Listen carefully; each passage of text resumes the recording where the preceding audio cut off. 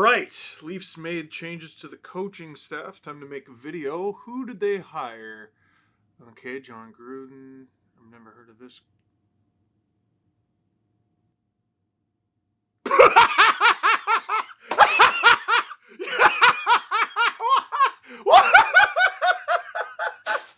John, you're nuts!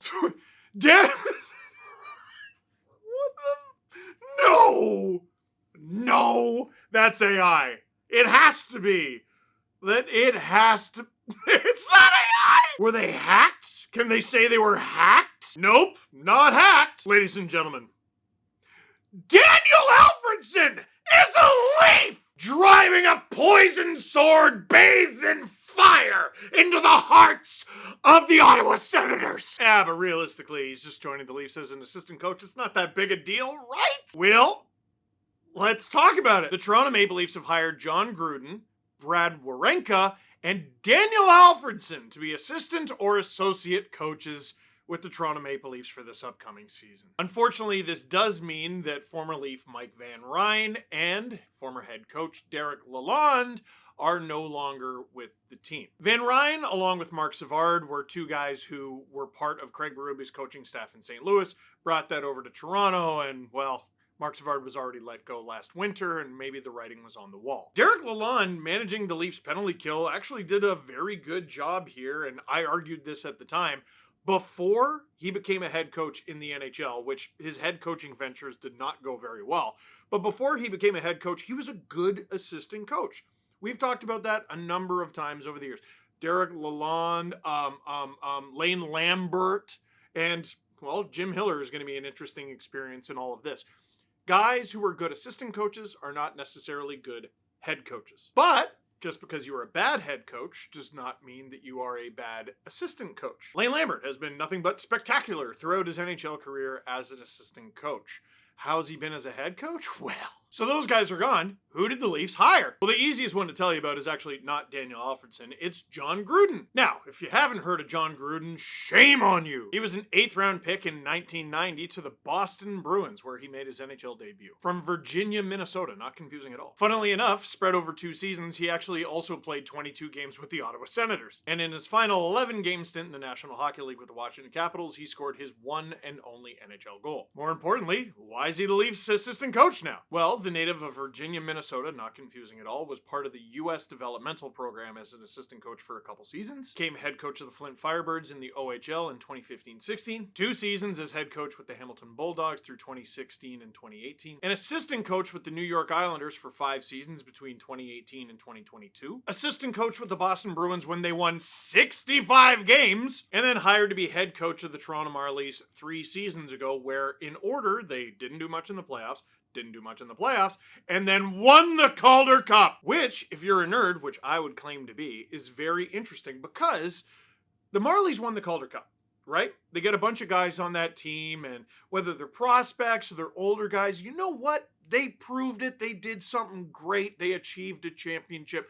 Maybe this will give them a shot in the NHL. And then the Leafs signed all these guys in free agency, and I saw a number of people going, oh, well, that must be a bit of a morale kill for some of the guys on the Marlies. Like, oh, I thought I was going to get an opportunity with the big club, and now I'm not. That sucks. Well, the guy who was just your head coach en route to a championship now has a job with the big club. Now, he obviously doesn't have final say on what goes on with the lineup. That would be up to Jim Hiller. And if you really want to split hairs, John Chayka is the one who provides Jim Hiller with the lineup. But since he was just hired, my assumption is John Gruden's opinion would be worth a lot more than nothing. So if you were a member of that 2026 Calder Cup winning team with the Toronto Marlies, John Gruden getting hired to be an assistant coach with the Toronto Maple Leafs is probably very good news for you in your NHL chances. Now, as of right now, when I'm recording this, we don't know who is going to replace John Gruden as head coach of the Toronto Marlies, but I did read an interesting theory. Williston Rylander, who has some interesting tweets that I like from time to time, maybe they would have mentioned this in the original release, but I wonder if Sullivan, as in Steve Sullivan,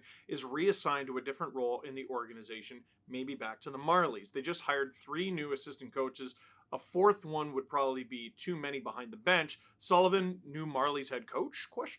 Steve Sullivan is fascinating because when John Chayka left the Coyotes, Sullivan was actually the guy who took over for him as GM on an interim basis. A lot of people forget that, and you can be forgiven because it was the late 2010s Coyotes. Before Chaika even arrives, Sullivan is already with the Leafs organization as an assistant coach with the Marlies. Mid-season last year, Mark Savard gets let go by the Leafs, and Steve Sullivan is called up. And even though the team's stunk, he did all right in his role with the power play. I don't know if that's what the Leafs are going to do, but I've heard worse theories. Because Sullivan, even though Craig Berube said it was collaborative within the coaching staff, it was mostly agreed upon that he ran the power play. Daniel Alfredsson, it sounds like, might run the power play. But getting back to John Gruden for one final point, Todd Crocker, who is the longtime play-by-play guy for the Toronto Marlies, had this to say: Gruden becomes the 5th Marlies head coach to move from the team to the NHL.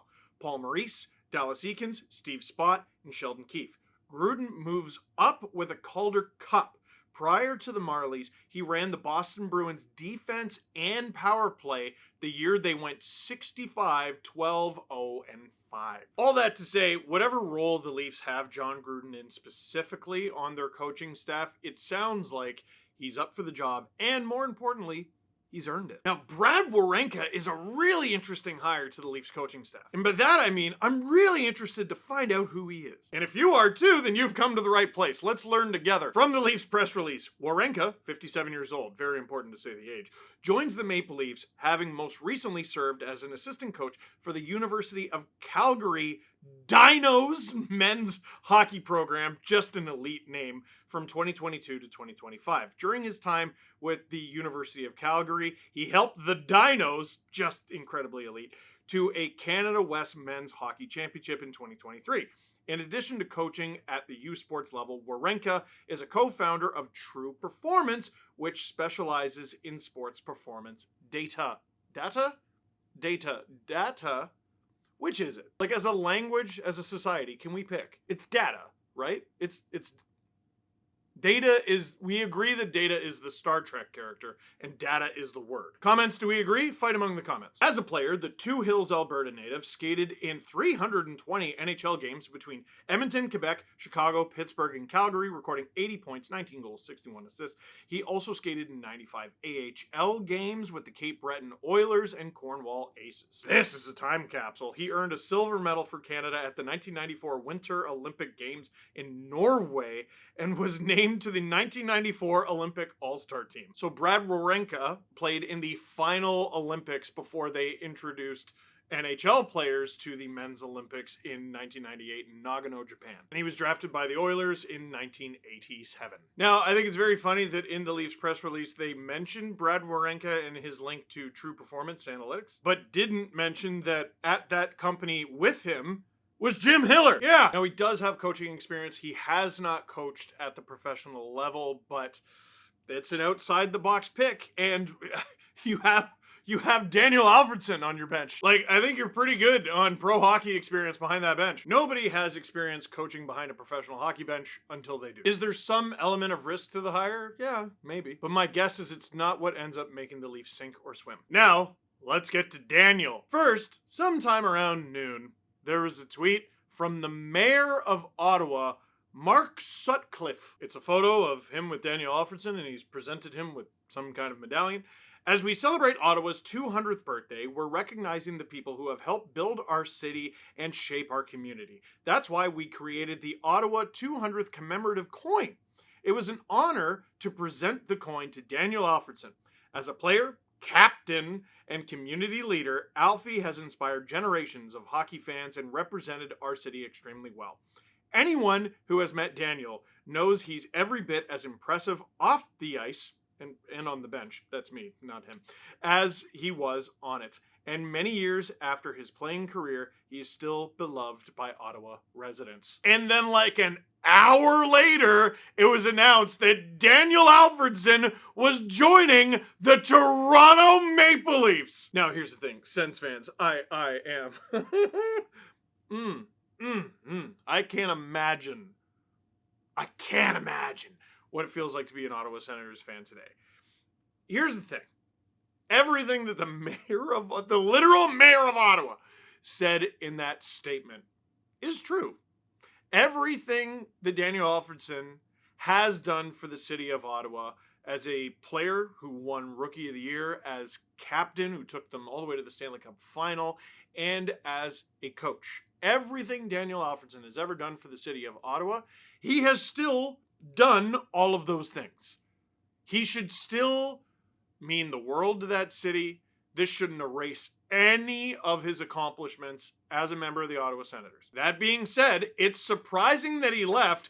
It's wild that he left for the Leafs. This is the Swedish wave that Matt Sundin is bringing with him. We were barking up the wrong tree big time. Matt Sundin gets hired and everyone's like, well, no more Gavin McKenna. They're about to draft Ivor Stenberg. And then they didn't. Leafs get Matt Sundin and then, they trade for Emil Andre and Sam Ersson. They did re-sign Emil Andre, but they send Sam Ersson to, ironically, Ottawa. So the big Swedish wave never really arrived in Toronto as Matt Sundin did. And then he goes to his buddy, Daniel Alfredsson, who won an Olympic gold medal with him in 2006, and says, buddy, join us in blue and white. And Daniel Alfredsson said, okay. The only reason I am shooting this video and not dressed in a Daniel Alfredsson Leafs jersey is I called several stores on the way home from the podcast and none of them said they could get it done on time. But I haven't ruled out doing it anyway. Now, Daniel Alfredsson, who is Daniel Alfredsson,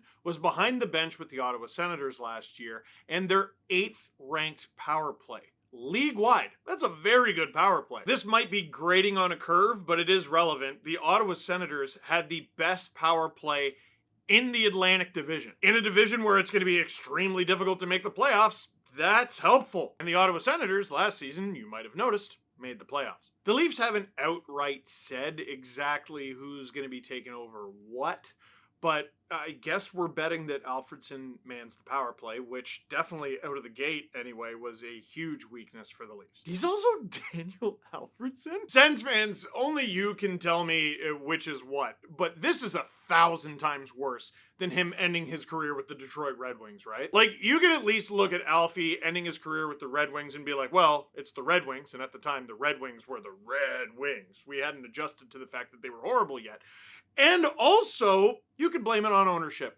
Oh, they wouldn't pony up for Alfie. This sucks. Roar. But him leaving the Sens at all, that's got to hurt a little. Him leaving for the Leafs is maniacal. Oh, and speaking of ownership, they released a statement from Michael Andlauer on Daniel Alfredsson joining the Toronto coaching staff.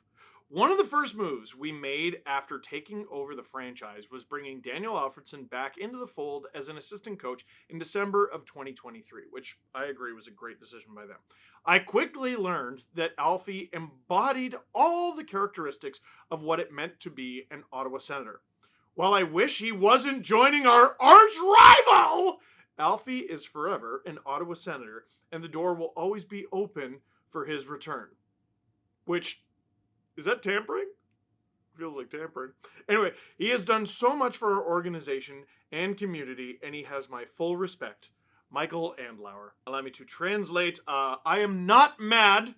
Please do not report in the newspaper that I am mad. If Matt Sundin leaves the Leafs in a few years to go be the GM of the Ottawa Senators, I'm gonna be sad. Like, I don't think there's anything that Ken Dryden could have possibly done to make Habs fans hate him, but it had to have been super-duper weird when he was the GM of the Leafs. It was weird that Ron Hextall went from Flyers legend to Penguins GM, just like it would be super weird if Steve Yzerman became the GM of the Avalanche. A bunch of Red Wings fans just sat up in their chair like, is that an option? Can we do that? Regardless of what Daniel Alfredsson brings to this team, it is so weird to say Daniel Alfredsson is a Leaf. It is going to be so weird at the Leafs home opener when they announce the coaching staff and Scotiabank Arena cheers for Daniel Alfredsson. It's Daniel Alfredsson. Like, Mats, what are you doing? Like, Peter Forsberg gonna join the Leafs or what? Marcus Naslund? How many other members of that 2006 team are coming back? Are we getting Freddie Modine back or what? What a weird day. What a weird and silly day. I tell you what, I really want them to win on the ice. I so badly want this team to win on the ice. Imagine Daniel Alfredsson hoisting the Stanley Cup above his head for the first time. with the Toronto Maple Leafs. Ah! I know everyone laughed watching this video. Might have been for different reasons than me, but it's so crazy. I don't know if the Leafs are going to be good or not. I don't. But John Chaika has created the most interesting Leafs offseason ever? Like, in an incredibly long time. I can't keep up with this guy. He just keeps serving us Chakinators, and he's got mats in the back as well. Just straight up working that grill. What do you think of these changes to the Leafs coaching staff? Do you think they'll be good? Do you think they'll be bad? Are you optimistic? Are you pessimistic? Are you questioning what's going on? Or what about my weird little theory about John Gruden and the potential of Marlies getting called up? Are you like, yes, Steve, there might be something to that theory? Or no, Steve, there's literally not enough room for any of them? Let me know what you think in the comments down below. For now, that is it for this one. Thank you very much for watching. Click like if you like this video. Click subscribe if you really like to tell your friends. We just recorded a brand new Steve Dangle podcast. There's a brand new Chris Johnston show all over on the SDPN YouTube channel where silly season continues. Daniel Alfredsson's a Leaf.